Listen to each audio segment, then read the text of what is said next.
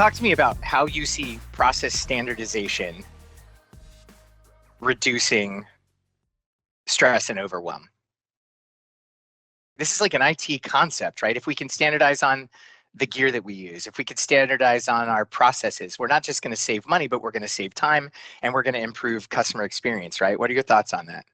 I know today, looking at the number of things we have seemingly active on our plate, it is in all likelihood, there are more than is reasonable. So we have to find our way to not saying no, that which is, over the years, I think back to how many times people would say with great seriousness, they would say, well, we need to learn how to say no. And it's like, it's not about saying no. It's about, we need to figure out how to do something, get it done, and then move on to the next thing, instead of promising everybody that we will somehow work on all of these things at once and none of them move fast. What we've not done yet is really get somewhat ruthless about saying, what are we going to put all our energy into doing and finishing and then move forward? So that's one, I think. Another thing is, how do we allow for progress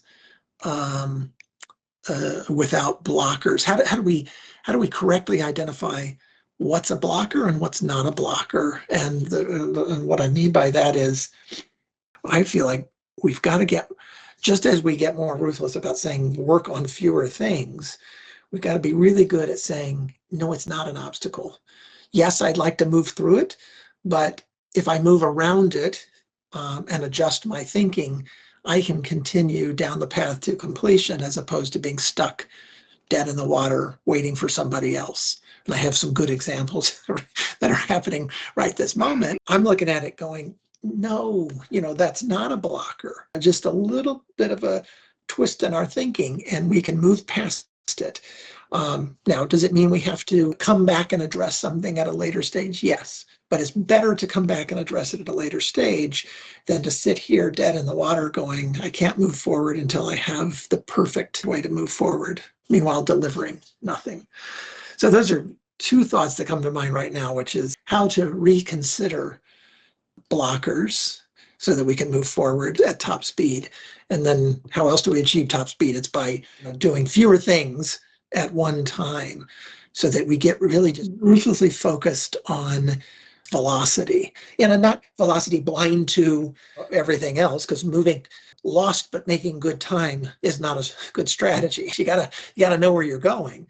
That's another thing I think that we as a team could do better, is how do you hold in your head at the same time the nirvana, the North Star, and keep that in your sights, and then also pick your path, which may or may not be moving directly towards that, but should be getting you, one step further in the journey, and hold that ideal in our mind, and then think of the tactical, practical next step that's going to get us down that path.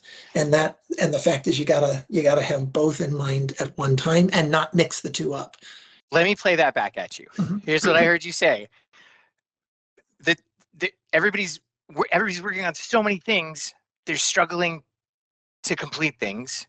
And so you need focus. We need to get ruthless about what we are and what we're not going to work on, which is an agile principle, maximizing the work not done. So focus, and then clear definitions of what it is that we're doing. Really clear definition, because if we have a very clear definition of the problem that we're solving and what we're going to do to solve it, then that piece of when people get stuck and this is never going to go away, coaching.